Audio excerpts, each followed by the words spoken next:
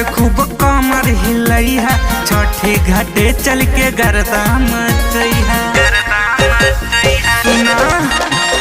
DJ बजा के खूब कमर हिलैहा, छठी घाटे चल के गर्दा मचैहा।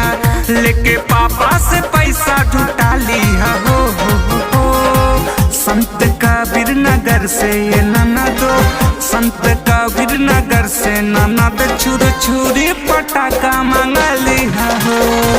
संत कबीर नगर से ननद छुर छुरी पटाखा मंगली हो।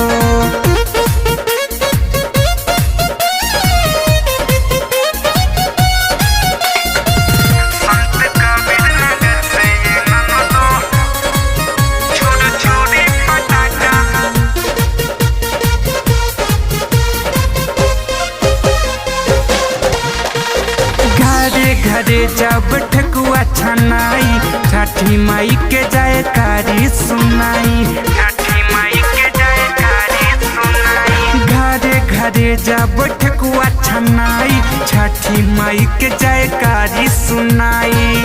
सखी सहेलियन के जुटा लिया हो। संत कबीर नगर से ये ननदो, संत कबीर नगर से ननद छुर छुरी पटाखा मंगली हो।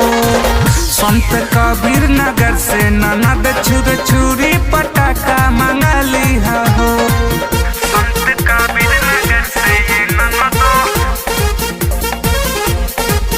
छुर छुरी पटाखा मंगली हो।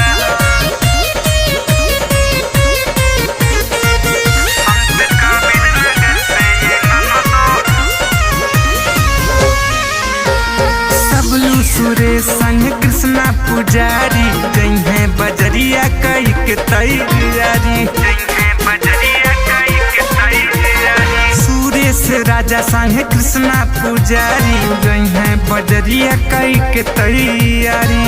लिखी पर्ची सामान के बना लिया हो।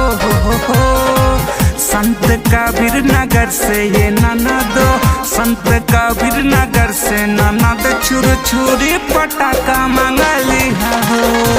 संत कबीर नगर से ननद छुर छुरी पटाखा मंगली हो। डीजे बजा के खूब कमर हिलैहा, छठी घाटे चल के गर्दा मचैहा।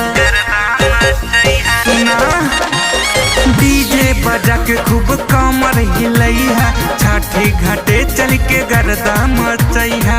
लेके पापा से पैसा जुटा लिहा हो। संत कबीर नगर से ये ननदो, संत कबीर नगर से ननद छुर छुरी पटाखा मंगली हो। संत कबीर नगर से ननद छुर छुरी पटाखा मंगली।